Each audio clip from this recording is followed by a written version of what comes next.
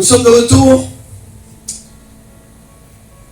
Ça, c'est tout le combat spirituel qu'on a fait là. C'est un combat de guerre. Vous devriez voir l'ambiance quand si on est juste deux là. C'est comme si on serait une foule. Tellement qu'il y a du feu dans l'église. Je vous le dis en tout cas, gloire à Dieu. Dieu est bon. Mais si tu es à la maison, que tu as participé à ce combat-là, dis-toi que tu as détruit beaucoup de tout ce que Satan détenait dans ses mains qui te concernait. Il n'y en a plus. Il n'y en a plus au nom de Jésus-Christ. C'est terminé. Amen. Maintenant, je continue le cours. Mais ce n'est pas un cours, c'est un enseignement sur le combat spirituel. Vous savez que à tous les vendredis, j'ai toujours un petit enseignement sur le combat parce que c'est important comme soldat de Dieu de bien comprendre le monde spirituel afin de pouvoir attaquer ces esprits-là, n'est-ce pas? Ce soir, je vais vous parler du quartier général de Satan. Mais avant de parler du quartier général de Satan, je demandais à Pasteur Oli de reculer un coup, qu'on puisse voir le verset de la semaine que maman, Pasteur Déborah, nous a envoyé afin de pouvoir méditer sur la parole de Dieu. Et on avait choisi le Deutéronome chapitre 28, verset 7. Et la parole de Dieu dit, l'Éternel te donnera la victoire sur tes ennemis. C'est ça qu'on a eu ce soir. On a eu cette victoire-là au nom de Jésus-Christ. Tu peux le déclarer ce verset-là ce soir. L'Éternel m'a donné la victoire sur mes ennemis. Et regardez, qui se dresseront contre toi. On va revenir, pasteur. Donc, la parole de Dieu dit qu'ils se dresseront contre toi et sortiront contre toi par un seul chemin. Et c'est par ce chemin qu'ils s'enfuiront devant toi. Et je vous confirme ce soir-là. C'est exactement ça qui s'est passé dans le camp de l'ennemi au nom de Jésus. C'est exactement ça qui s'est passé dans le camp de l'ennemi au nom puissant de Jésus-Christ. Amen. Alors, on y va avec une petite leçon de combat spirituel. Je ne veux pas que ça dure plus qu'une heure, mais on va prendre le temps qu'il faut selon l'Esprit de Dieu, d'accord? Je vous parle du quartier général de Satan, et pour s'y rendre, je vous apporte dans le verset biblique que voici, que vous connaissez tous, parce qu'on le récite tellement souvent qu'on devrait le connaître par cœur. Et on va dire ensemble, Éphésiens chapitre 6, verset 12, la parole de Dieu dit, ce n'est pas contre la chair et le sang, mais c'est contre les dominations, contre les autorités, contre les princes du monde des ténèbres, et contre les esprits méchants dans les lieux célestes. Amen. Maintenant, on a une réponse ici. Si on reste là, on a une réponse. La parole de Dieu dit, ce n'est pas contre la chair et le sang que tu dois combattre. Donc, la parole de Dieu dit, ce n'est pas contre l'homme que tu dois combattre, mais contre les esprits méchants, contre les autorités, contre les dominations, qui sont situés où? Dans les lieux célestes. Donc, en partant, on a un indice où se situe le quartier général du diable. Mais où dans les lieux célestes? Qu'est-ce que ça veut dire, ça, les lieux célestes? Et on va y aller un petit peu plus, on va aller un petit peu plus en profondeur. D'accord? Mais c'est un verset qui dit pas mal tout. Regardez le mot ici. Dans les lieux célestes. Donc la parole de Dieu dit qu'il n'y a pas seulement un lieu céleste, il y en a des lieux. Ce qui me dit à moi, comme pasteur, et comme toute grande personne de l'Éternel, que dans le ciel, il y a plusieurs lieux célestes. D'accord? On va y aller en détail. D'accord? Maintenant, allons voir dans Job 1, chapitre 6, versets 6 et 7. La parole de Dieu dit, un jour, les fils du Dieu vinrent se présenter devant l'Éternel, et Satan vint aussi au milieu d'eux. Le verset 7, l'Éternel dit à Satan, d'où viens-tu? Satan répondit à l'Éternel, de parcourir la terre et de m'y promener. Un deuxième indice. Donc, on peut constater, d'après la parole de Dieu, que Satan aussi est sur la terre. Parce que Satan dit à Dieu, Dieu a dit, où es-tu? D'où viens-tu? Et Satan dit, je viens de la terre, de m'y promener. Donc, Satan a sa place dans la terre, sur la terre. Donc, Satan a les lieux célestes, et il peut être sur la terre. Il peut avoir des royaumes sur la terre. Et lorsqu'il a tenté Jésus, Satan a dit à Jésus, regarde tous ces royaumes qui m'appartiennent. N'est-ce pas? Il a dit ça à Jésus. Regarde tous ces beaux royaumes de millionnaires riches, elles m'appartiennent, elles seront à toi si tu te prosternes et tu m'adores. N'est-ce pas? Donc c'est confirmé encore là que le diable a sur la terre des royaumes. Sinon tu serais menteur.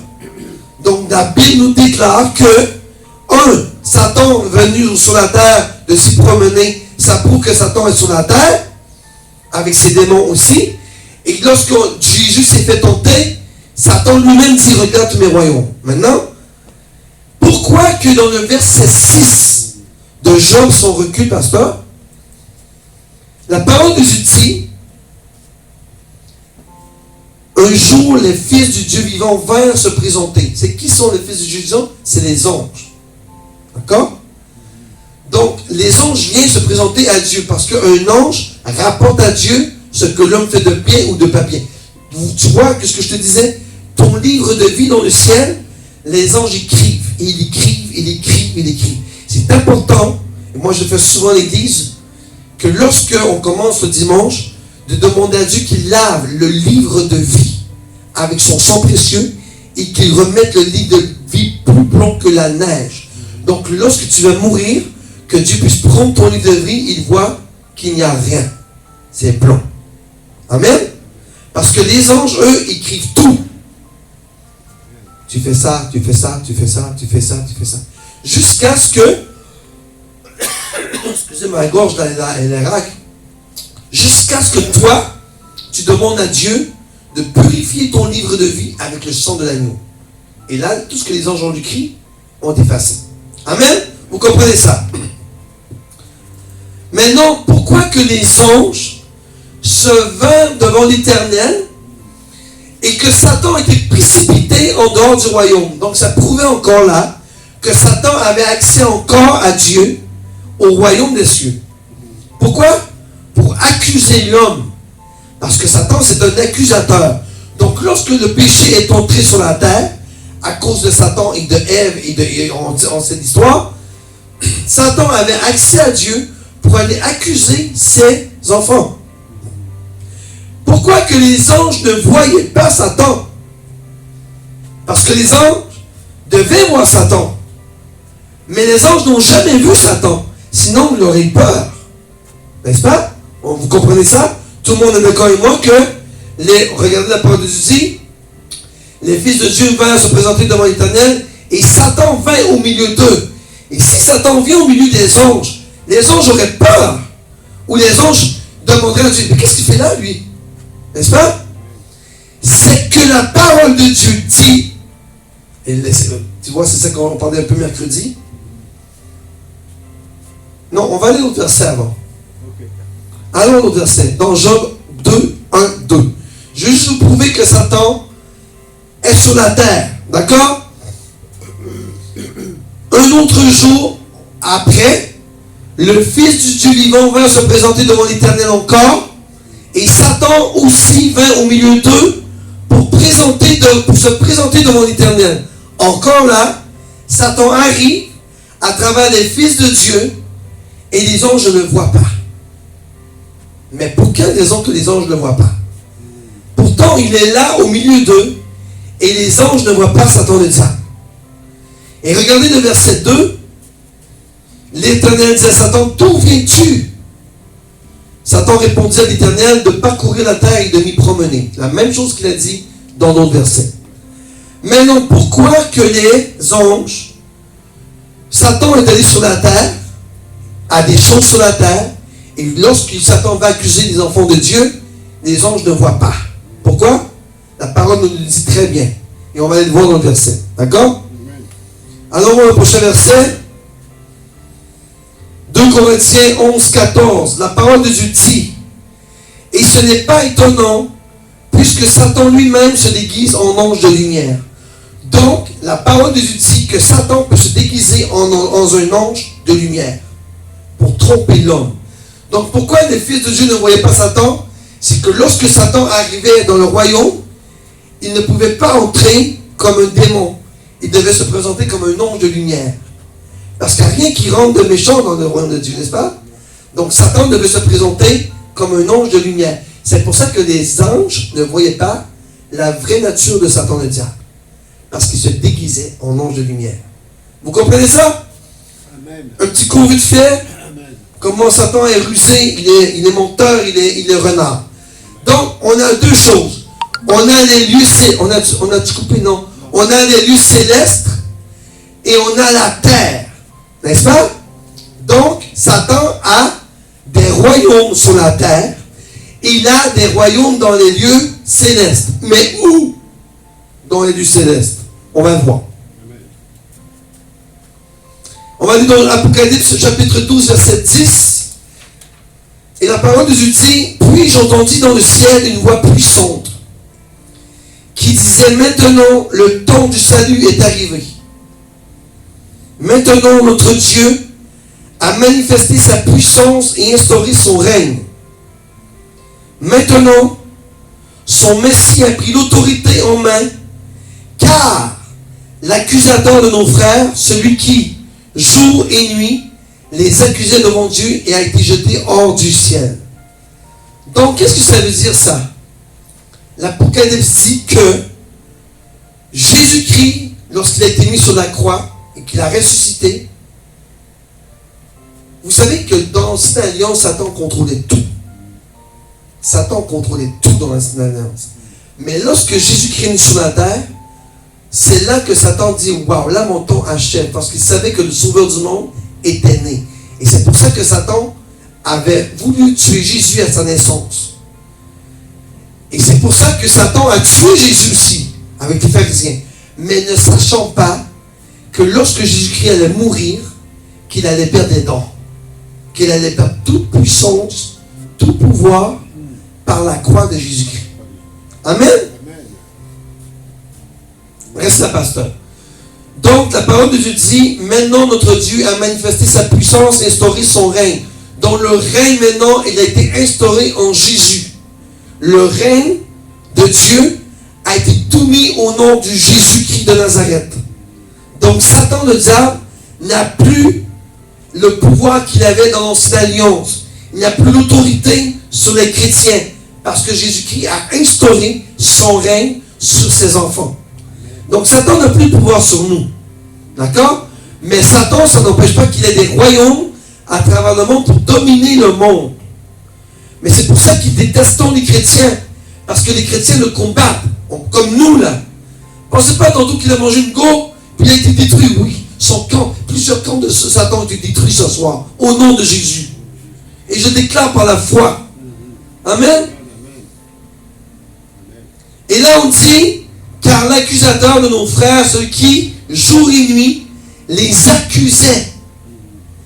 Donc ça prouve que Satan allait jour et nuit devant Dieu accuser les chrétiens, les enfants, les enfants de Dieu. D'accord? Vous êtes tous d'accord avec moi? Sauf que maintenant Jésus, en régnant sur Satan le diable, a l'autorité de te défendre comme un avocat devant l'Éternel. Amen. Amen. Gloire à Dieu. Gloire à Dieu. Attends un peu, pasteur, avant de continuer. Maintenant, on va aller à l'autre. On va aller bien comprendre qu'est-ce que ça veut dire les lieux célestes. Allons-y ici. Dans Genèse, dans la version Darby, regardez bien ce qui c'est écrit. Au commencement, Dieu créa les cieux. Donc, c'est au pluriel, n'est-ce pas? Sinon, ça aurait été marqué le ciel. Il y a des versions qui marquent le ciel, mais ce n'est pas une bonne traduction. La vraie traduction, c'est au commencement, Dieu créa les cieux. Parce qu'il n'y en a pas un seul ciel. D'accord? Je vais vous le montrer. Donc, tantôt, Paul nous disait que Satan vivait dans les lieux célestes. Donc Satan est un endroit dans les cieux. C'est sûr. Pour qu'il demeure dans les lieux célestes, il doit en avoir un endroit dans les cieux. N'est-ce pas? Donc, bibliquement, je vais vous montrer, il y a trois cieux. D'accord? Il y a trois cieux officiels. Il Il y a le ciel qu'on voit aujourd'hui, que tout est beau et nuages. Et lorsque tu vas en avion, tu dis, waouh, c'est beau. Ça, on appelle ça le ciel. D'accord? Ensuite, on a le troisième ciel, où demeure le royaume de Dieu. Vous comprenez ça? Tout ce que Jésus demeure, on appelle ça le troisième ciel. Et je vais vous montrer pourquoi, que je vous confirme qu'il y a un troisième ciel. Je ne vous dis pas de montrer, tout est biblique. D'accord, pasteur, vous ne jamais montrer. Vous commencez à me connaître. Tout sort de la parole de Dieu. Donc, je vais vous montrer le verset après. Donc, il y a un troisième ciel, là où règne Dieu. On va aller voir, c'est où, pasteur? Allons dans la parole de Dieu. Dans 2 Chroniques 2:5, Salomon dit, qui est en mesure de lui construire une maison, puisque ni le ciel, ni même les cieux, voyez, il dit encore seulement les cieux. Donc il dit, c'est important de lire la parole bien. Il dit, puisque ni le ciel, on voit le ciel aujourd'hui, n'est-ce pas? Le ciel que je vous ai dit, le ciel humain qu'on voit à nos yeux. Il dit, ni même le ciel, ni les cieux, ça veut dire quoi? Qu'il y a plusieurs cieux dans l'atmosphère. Il y a plusieurs aréas. D'accord? Ne peuvent le contenir. Et on parle de Dieu là. Est-ce que Dieu peut le contenir dans un ciel? Il a tout. Dieu a tout, mes frères et mes soeurs. Et regardez. Et qui suis-je moi pour lui construire une maison lorsqu'il a tout? Dieu a le ciel, il a les cieux, il a la terre, il a la mer, il a les montagnes, il a tout. Alors seulement il dit, qui suis-je moi pour lui faire une maison lorsqu'il a tout? C'est puissant, hein? Pourquoi qu'il y a besoin d'une maison lorsque Dieu a tout? Il n'a pas fait n'importe quoi, seulement il a fait un très beau temple. Mais Dieu a dit à Salomon, fais une maison au nom de l'Éternel pour que j'y demeure. Donc, Dieu était partout, mais il a fait de la maison à Salomon sa demeure. Jusqu'à ce que, Dieu a dit, ce sera ma demeure, jusqu'à ce que vous respectiez ma parole. Amen. Donc Dieu, un peu, vous voyez comment Satan est menteur, il est arnaqueur, il est copieur. Parce que Dieu contient tout, Satan essaie de contenir tout. La terre, les montagnes, la mer, il est dans le deuxième ciel. D'accord? Amen? Vous comprenez tout ça?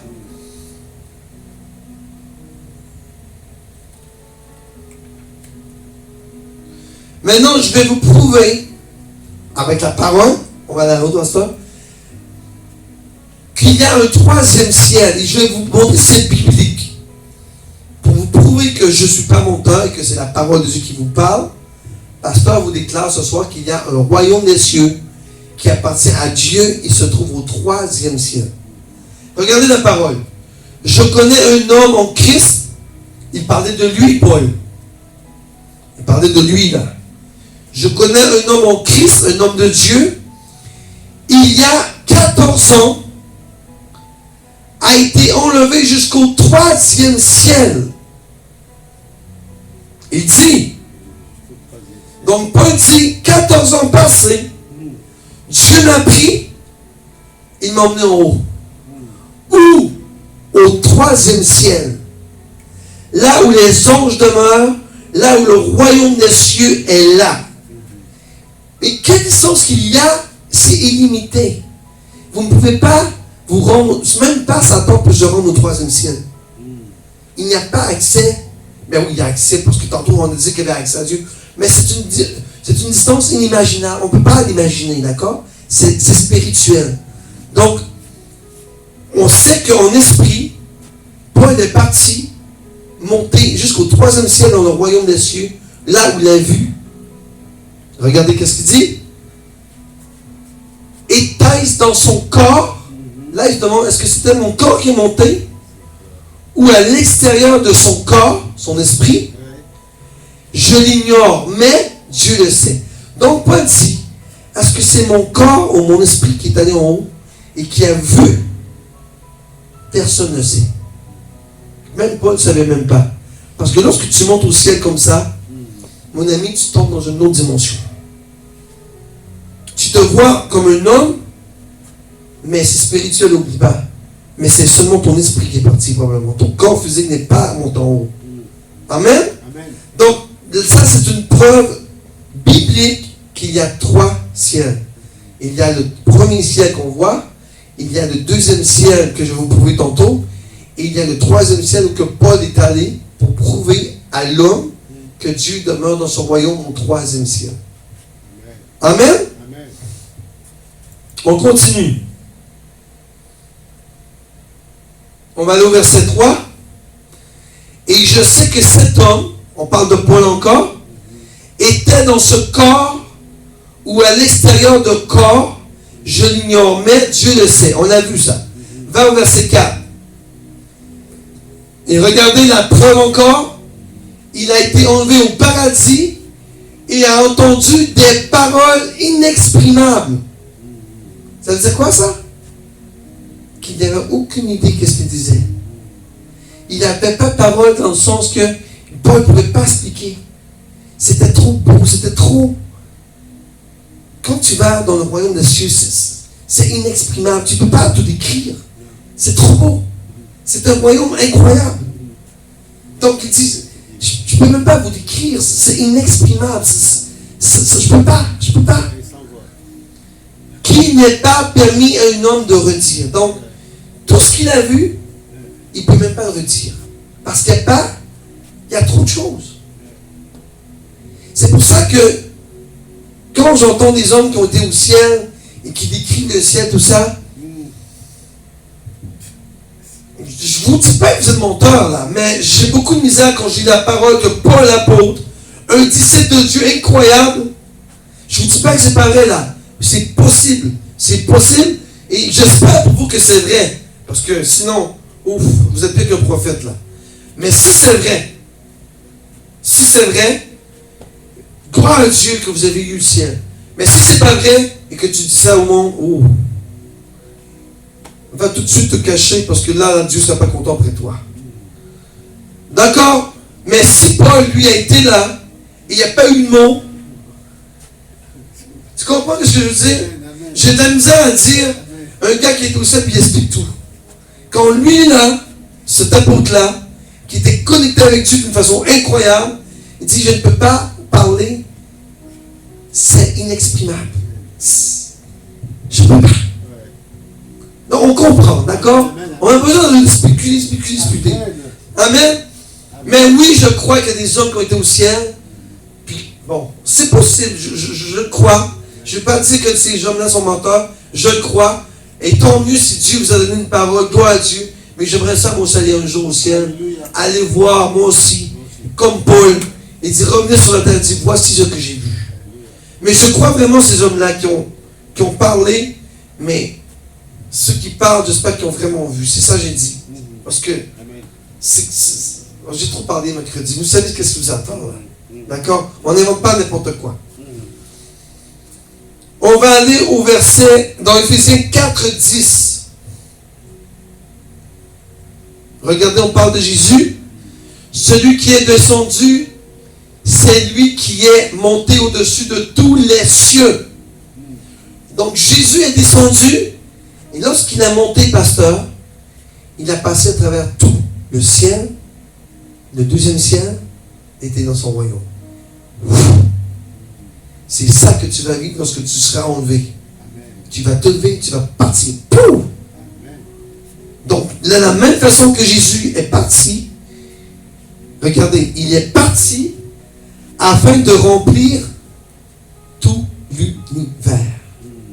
Tu vois comment la parole est puissante? Tu vois comment Dieu a fait de Jésus le nom de par-dessus tous les noms. Il a dit, en montant, il a rempli tout l'univers. Tout lui appartient. Amen? Amen. Glory.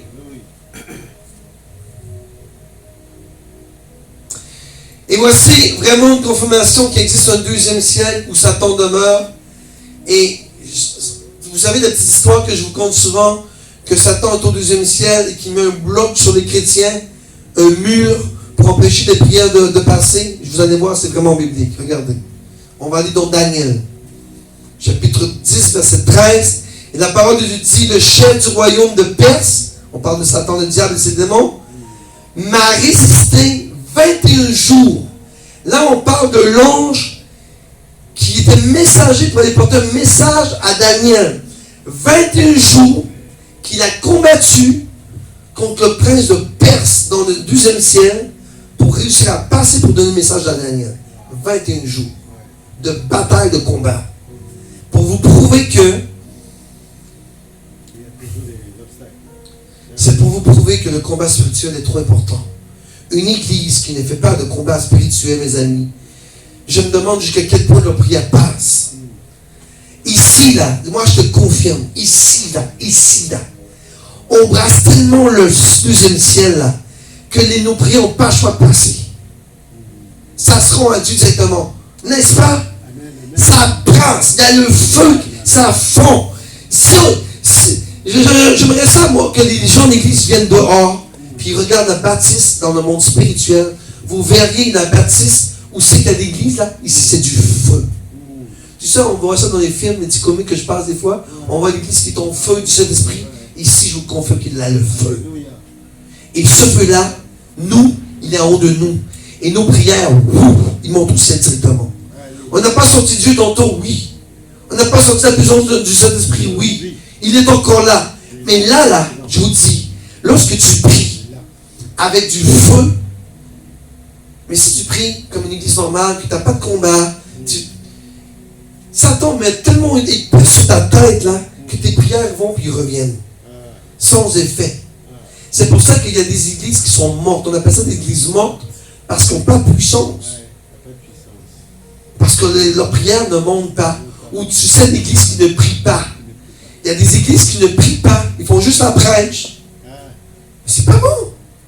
La prière doit être la pierre. Non, c'est pas vrai. La louange doit être la pierre angulaire de l'église. Ensuite, la prière. Après ça, la prédication. C'est pour ça que ici, on loue, on prie et on prêche. On a tous les ingrédients pour que Satan capote. J'aime ça dire ça capote. On a tous les ingrédients pour faire mal à la tête à Satan le diable. Amen. Alors il dit, le chef du royaume de Perse m'a resté 21 jours, mais Michel, qui est venu sauver? L'ange Michael. Voyez? Le chef de tous les anges, je vais vous en parler bientôt, de Michael et tous ses anges, je vais vous en parler bientôt, c'est biblique aussi. J'ai tellement de choses à vous dire. C'est à toi, je sais ça. J'ai tellement... C'est à toi? Ou à Diane? J'ai tellement de choses à vous dire que je ne sais même pas que je pourrais tout vous dire sur la parole de Dieu. Il y a tellement de choses là-dedans à vous dire. C'est vrai. Je sais. Bon, Seigneur, dis-moi quoi? Je me fais toujours idée par l'esprit, mais je vais vous parler de l'ange Michael un jour. Combien cet ange-là est un guerrier de Dieu. Et comment tu peux l'utiliser pour les combats spirituels. Et on n'emploie pas souvent l'ange Michael. Et pourtant, il est là qu'il attend à un ordre. Il est là. Il attend seulement que tu dises au nom de Jésus. Ange Michael, go! Au nom de Jésus. Parce que la parole de Dieu dit, dans le psaume 103, les anges écoutent la voix de sa parole. Aussitôt que tu commandes au nom de Jésus, ils sont partis. Mais tu sais que tu combats et que tu ne te sers pas de son armée. Sers-toi des anges, sont là pour toi. Ils sont là pour combattre à tes côtés. Il y a une myriade d'anges qui l'attendent. Go! Au nom de Jésus. Aussitôt que tu dis au nom de Jésus, mon ami, la myriade vient de départir. Lorsque tu commandes aux anges au nom de Jésus, la myriade d'anges vient d'envahir le ciel. Et malheureusement, pasteur, c'est un problème qu'on fait dans les combats spirituels. On utilise très très peu les anges. Et ça, je vais vous faire une prédication la semaine prochaine. Je vous promets que je vous parle de la guerre des anges la semaine prochaine. Amen. Seigneur, donne-moi une révélation. Amen. Que je puisse parler des anges à mon église. Amen. Amen. Amen. Les anges sont là pour toi. Utilise-les au nom de Jésus. Il attend seulement au nom de Jésus. Go! Ils sont là. Et là, ils vont se battre. Ils sont là pour toi. Quand on faisait des combats spirituels, pasteur, l'été passé, ou l'autre était d'avant le pasteur Nathalie, on prenait les anges. Tu aurais dû voir, c'était trop fort. On savait que les anges se battaient avec nous, on les sentait. On avait vous demanderez à pasteur Nathalie si vous ne croyez pas, on avait cette présence céleste et on sentait qu'il y avait la guerre dans le ciel avec nous. Il était là à nos côtés, il se battait. Tellement il faut revenir à la guerre avec les anges. Parce qu'ils sont là pour là. Eux autres, sinon, ils attendent, puis qu'est-ce qu'ils attendent? Qu'est-ce qu'ils attendent? N'est-ce pas? Oui. Et malheureusement, beaucoup de gens de combat spirituel n'utilisent pas les anges. Mais moi ici, pasteur, la semaine prochaine, on va combattre avec les anges et je vais vous donner un enseignement sur les anges de combat. Amen? Amen. Allez, on continue. Donc, on voit que 21 jours, Michael est venu, l'un des principaux chefs est venu à mon aide et je suis resté là près des rois de Perse. Et là, l'ange Michael l'a délivré parce que l'ange était lié. Vous voyez, quand je vous parle des fois de les anges qui sont liés et que seul le combat spirituel peut les délivrer, ton ange peut être lié, papa. Mon ange peut aller t'aider. L'ange Michael, on ne prie pas les anges, n'oubliez pas, on ne prie pas un ange. On lui ordonne au nom de Jésus. Mais on ne prie pas les anges. Les anges ne se prient pas. Les anges sont à notre commandement. Ils sont à notre commande. Amen. Ne priez pas les anges comme les catholiques. Un ange ne se prie pas. Et c'est biblique, je vais vous le montrer. N'adore pas un ange. Un ange n'est pas fait pour être adoré. Le seul que tu adores, c'est Jésus-Christ, le Saint-Esprit et Dieu. That's it. Même pas Marie, là. Je n'ai pas dit Marie. Je redis l'Esprit, Dieu et Jésus. C'est ceux-là que tu adores. Amen. On continue. Donc, on voit, papa, que dans ce verset-là, qu'il y a un deuxième ciel. Si arrêter l'ange de messager pour apporter le message de Daniel, on voit que entre le troisième et la terre, il y a quelque chose qui bloque. Et on appelle ça le royaume, les lieux célestes que Paul dit, dont les lieux célestes. Amen. On va aller au verset maintenant. Dans l'Apocalypse 12, et là je vais vous surprendre, et c'est biblique, c'est pas pasteur qui l'invente. On va aller dans l'Apocalypse chapitre 12, versets 11 et 12. Et la parole de Dieu dit, ils l'ont vaincu grâce à quoi? Au sang de l'agneau. Et grâce à quoi? La parole de leur témoignage. Ils n'ont pas aimé leur vie jusqu'à n'en craindre la mort. Et on va aller au verset, pasteur. Et écoutez bien. Écoutez bien la parole. C'est pourquoi réjouis-toi ciel. On parle du ciel qu'on voit là. Réjouis-toi ciel. Pourquoi? Pourquoi que le ciel devait se réjouir? Parce qu'on l'a vaincu à cause du sang de l'agneau et par la parole de témoignage. Et la parole de Jésus, c'est pourquoi ciel, réjouis-toi. Parce que les chrétiens qui sont en bas là, ils ont la victoire. Et regardez, mais, et vous qui habitez le ciel, mais malheur à vous, le prophète puissant, habitants de la terre, n'est-ce pas, c'est nous? Et de la mer. Donc il y a quelque chose dans la mer. Il y a quelque chose dans la mer, n'est-ce pas? Si la parole de Dieu dit, malheur à vous, habitants de la terre, on a dit tantôt, Satan pouvait rester où? Sur la terre. Avec ses démons. Donc la parole de Dieu dit, ils l'ont vaincu. Hey, attention, la parole est puissante. Ils l'ont vaincu grâce au sang de l'agneau et à la parole. C'était quoi la parole de témoignage qu'on a vu durant la Pâque? C'est la parole de Dieu ici. on témoigne selon la parole. Et après ça, la parole dit malheur. Excusez. Et vous qui habitez le ciel, réjouissez-vous. Après ça, il dit malheur à ceux qui habitent la terre et la mer. Donc, il y a des habitants dans la mer. Mais qui sont-ils? On appelle ça les lieux. C'est des démons qui sont dans la mer, n'est-ce pas?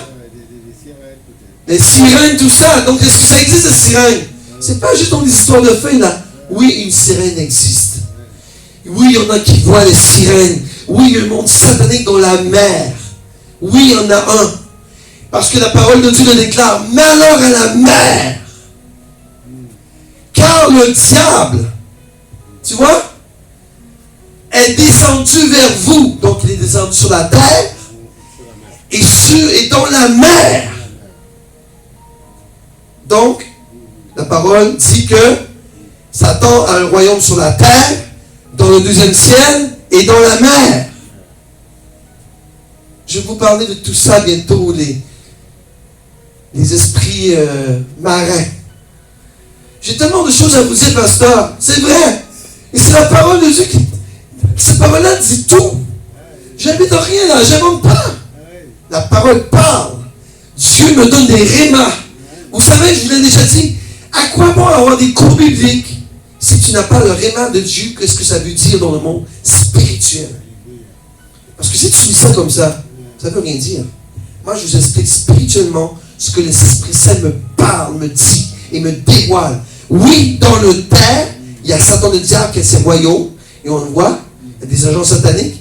Et dans la mer, où il y a beaucoup de gens qui sont attaqués par des esprits marins pendant la nuit. Je vais vous embarquer là-dedans plus tard, d'accord? Je n'ai pas le temps ce soir. Je sais que vous aimeriez tout ça. Écoutez, Pasteur Stéphane nous dit, j'ai tellement de choses à vous dire, mais un petit peu à la fois, n'est-ce pas? Et regardez, car le diable est descendu vers vous, animé d'une grande colère. Est-ce que tu crois que Satan est en plaisir sur la terre? Est-ce que tu crois que Satan est en repos total? Satan est ici, il est enragé, il est fou de rage. Pourquoi? Parce que Dieu l'a chassé de son royaume, parce que Dieu a établi Jésus comme le prince du monde, comme le roi des rois, qui a dominé sur tout. Est-ce que tu crois que Satan est en vacances? Satan présentement est en colère, sachant qu'il reste peu de temps. Qu'est-ce qu'on parle le dimanche, papa? Le retour de Jésus. Satan court. Si tu devrais voir, j'aimerais ça que tu te montres une vidéo durant un rêve ou un songe. J'aimerais ça que tu te montres une vidéo que tu vois Satan courir. Tu vas voir qu'il court vite. Parce qu'il sait que Jésus est à la porte. Et lorsque Jésus est à la porte, son règne est terminé. Amen. Amen. Satan a peu de temps. Maintenant, il court pour aller chercher le plus d'âmes possible pour la perdition. Et c'est pour ça que tantôt je disais à mon pasteur, attention pour ne pas tomber dans le monde. Parce que là, on recommence à travailler. Et je parlais moi aussi là. On recommence à travailler. On a tendance à oublier les bons principes que Dieu a mis en nous. Amen. Amen. Et l'avant-dernier verset dans l'Apocalypse 20:13. Regardez. Je vais embarquer plus en détail bientôt, d'accord? Mais c'est pour prouver que Satan a un royaume dans la mer. 20:13. La mer rendit les morts. Ça veut dire quoi ça? Rendit les morts. Ça veut dire rendit, ça veut dire la mer, elle a craché les morts. Ça veut dire c'est que Satan a fait mourir des gens dans la mer. C'est vrai? Et que Satan amène des esprits, des hommes et des femmes dans la mer pour les détruire. Je ne veux pas vous conter des histoires à dormir debout, mais personne d'aller il en a à vous faire dormir debout. En Haïti, on voit ça souvent.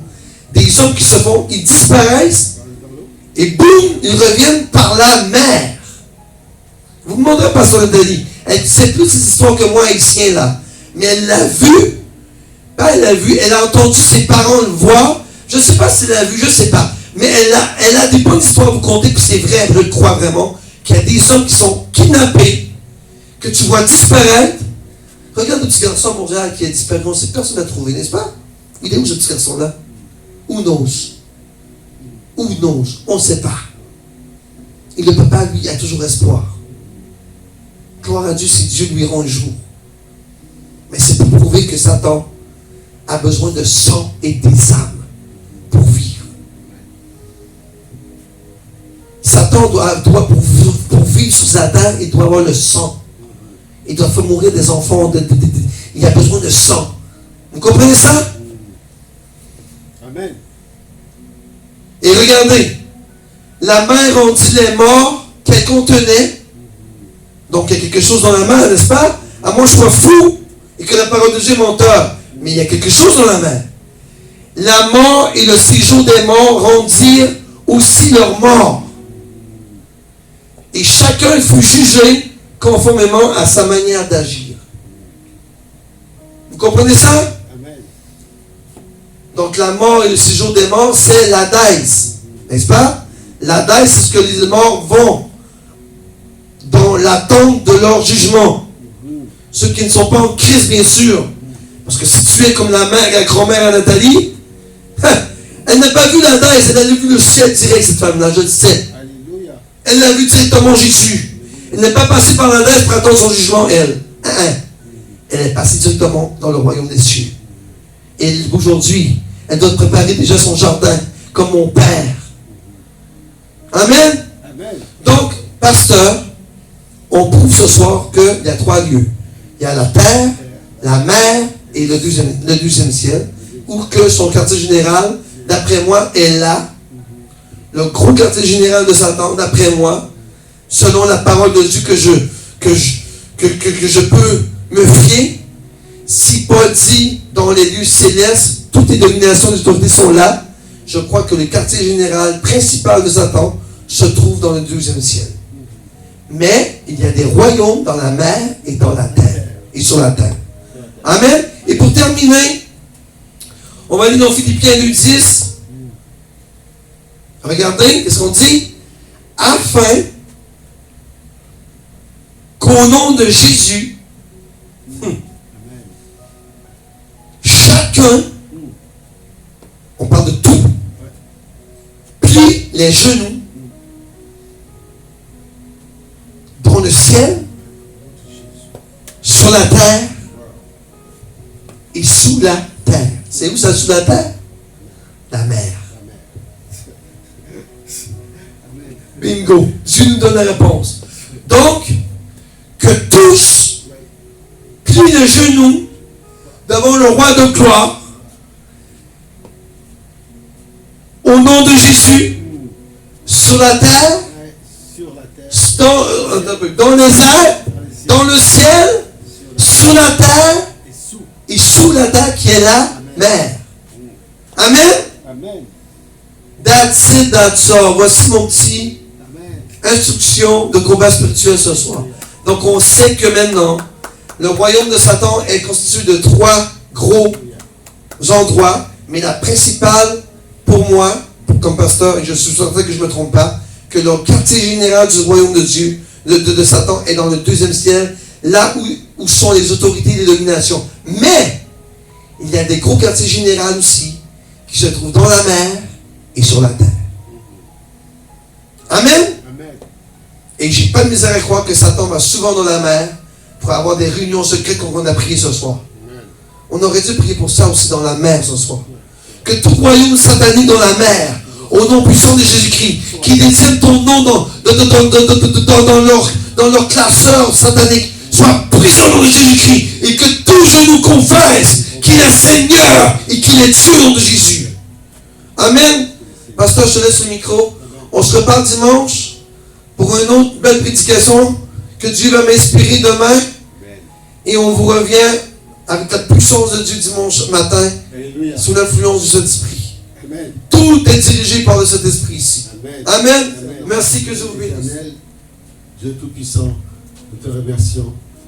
Nous t'acclamons, nous te bénissons aussi. Nous te rendons toute la gloire te rendons grâce parce que tu es un Dieu tout-puissant, un Dieu qui nous donne la parole. Alors, cette parole aujourd'hui, elle est une parole qui a permis de nous fortifier, de nous édifier et nous permettre de connaître ce qu'est le quartier général de Satan, qui est sur cette terre, dans la mer et dans le ciel. Merci, Papa, parce que nous pouvons aujourd'hui être fiers de ce que tu as enseigné. Nous sommes fiers. Et comme tu sais, tu ne veux pas que ton peuple, tes enfants, périssent par manque de connaissances. Alors nous, aujourd'hui, nous sommes sauvés. Parce qu'aujourd'hui, nous pouvons dire que nous savons aujourd'hui beaucoup sur ta parole. Nous savons beaucoup aujourd'hui que nous sommes encore plus convaincus du combat que nous devons mener, de cette guerre spirituelle qui doit se mener avec nous, avec toi, et pour qu'on puisse combattre l'empire satanique. Merci, Papa, merci, parce que tu prouves encore que tu es le Dieu Tout-Puissant et que nous, aujourd'hui, nous sommes avec toi et nous sommes remplis de la connaissance. Merci d'avoir révélé à ton pasteur, ton serviteur que tu élèves, que ton serviteur que tu chéris, ton serviteur à qui tu révèles le réma, tu lui donnes les messages, Papa. Et c'est des messages, oh, combien précieux pour nous qui devons combattre. Et que tu dis qu'il y a toujours une guerre qui doit se faire. Parce que tu as chassé Satan de ton royaume. Mais Satan est resté encore dans une partie des cieux. Il occupe en ce moment le deuxième ciel. Et il a ses royaumes aussi, sur la terre et dans la mer. Mais ta parole dit qu'un jour, tout ce qu'il a volé, il va le rendre. Amen. Afin que toi, le Tout-Puissant, puisses juger chacun, Papa. Alors tu nous prouves encore par ta parole que tu es le maître de tout l'univers. Et tu es le maître de Satan aussi. Alors merci de nous permettre, nous, enfants de Dieu, soldats de cette Église, et que partout où il y aura des soldats aussi qui vont se joindre à nous, des soldats de l'Éternel, nous allons continuer, nous, à prendre notre croix, à la porter et à lutter contre tout cet empire satanique qui nous assaille, qui ne nous laisse pas tranquilles, parce qu'ils ne dorment pas, ils n'ont plus de temps à perdre, le temps est très court pour eux, donc ils sont dans une course effrénée. Alors nous restons éveillés, nous restons en feu, avec le feu de Dieu. Merci Seigneur de nous donner ton feu, merci de nous donner ton armure, merci de nous donner ta puissance, merci de nous donner ta main, de mettre ta main sur nous, Papa. Je prie que nous restons toujours avec toi, que nous restons toujours éveillés, que nous restons toujours dans la louange, que nous restons toujours dans la prière, que nous restons toujours aussi avec des prédications de qualité que tu donnes à ton serviteur et à des pasteurs qui sont dans cette église. Alors Papa, nous te remercions infiniment pour tout ce que tu fais dans notre vie, tout ce que tu es en train de faire et pour ta gloire. Papa, continue aussi, nous sommes tout petits devant toi. Utilise-nous pour ta gloire, utilise-nous pour que tu puisses nous amener dans une dimension inexprimable, une dimension que toi tu veux qu'on aille, parce que tu nous aimes tant, tu veux qu'on aille connaître tes secrets, que tu te révèles à nous, Papa Seigneur, pour l'œuvre pour laquelle tu nous appelles, parce que toi c'est ce que tu attends, de nous, tes enfants. Alors nous l'avons compris, Papa, nous l'avons compris, et que nous resterons attachés à ta présence. Je prie pour que ceux qui sont déjà avec leur lumière allumée continuent à avoir le feu de Dieu en eux. Je prie pour ceux qui, leur lampe est éteinte, allume la lampe. Saint-Esprit, allume la lampe de ceux qui ont leur lampe éteinte, Papa. Active leur lampe, Papa. Pour tous ceux qui ne te connaissent pas, je prie pour qu'ils viennent à toi. Je prie pour que le Saint-Esprit aille les toucher. Utilise aussi nous utilise d'autres enfants de Dieu pour qu'ils aillent vers ces personnes qui ont soif de savoir qui tu es, qui ont soif d'être délivrés, qui ont la soif d'être amenés à la vie éternelle. Papa, je prie pour que chacun de nous garde encore que toi, tu es le Dieu Tout-Puissant. Garde encore cette foi, augmente la foi, que chacun augmente sa foi, parce que tu viendras, et quand tu viendras, tu veux que nous soyons prêts, tu veux que nous ayons une robe bien propre, enlevée de toute impureté, Père. Ça, nous prierons pour que tu nous prennes jour après jour avec toi, pour que tu nous enseignes, Saint-Esprit, pour que tu nous amènes toujours vers la sanctification, vers une sainteté, Papa, et que toi, tu continues à nous donner cette puissance, cette révélation, Papa, que seul toi as le secret, Papa. Merci infiniment. Merci pour toute cette soirée qui a été tellement riche, une soirée bénie, une soirée de combat spirituel, où on a vaincu l'ennemi, on a vaincu l'empire satanique. Une soirée d'enseignement riche comme jamais. Quelle surprise ce soir, quel beau cadeau, quelle richesse tu nous donnes, quelle richesse que tu nous as donnée encore cette soirée. Elle est inoubliable. Papa, je prie, je bénis chacun d'entre nous. Je bénis pour que nous soyons encore bénis par toi. Éternel Tout-Puissant, bénis-nous. Donne-nous ta paix. Donne-nous ta paix. Donne-nous ta joie. Continue à nous éclairer de ta lumière. Continue à nous donner ta paix. Continue à nous donner cette soif. Papa, nous avons besoin encore de ton onction encore pour servir. Père, merci. Merci. Bénis chacun d'entre nous. Remplis-nous de tes bénédictions. Parce que tu nous bénis. Continue à nous bénir abondamment. Bénis chacun d'entre nous. Fais luire ta face sur nous. Fais luire ta face sur nous. Que l'Éternel fasse luire sa face sur chacun d'entre nous. Que l'Éternel règne dans notre vie. Que l'Éternel règne dans nos maisons. Que l'Éternel règne dans nos foyers. Que l'Éternel vienne demeurer dans notre intérieur. Comme Salomon a construit le temple. Que Dieu lui a dit, construis-moi mon temple pour que j'y demeure. Nous prions que l'Éternel vienne demeurer en nous. Et que nous soyons son temple.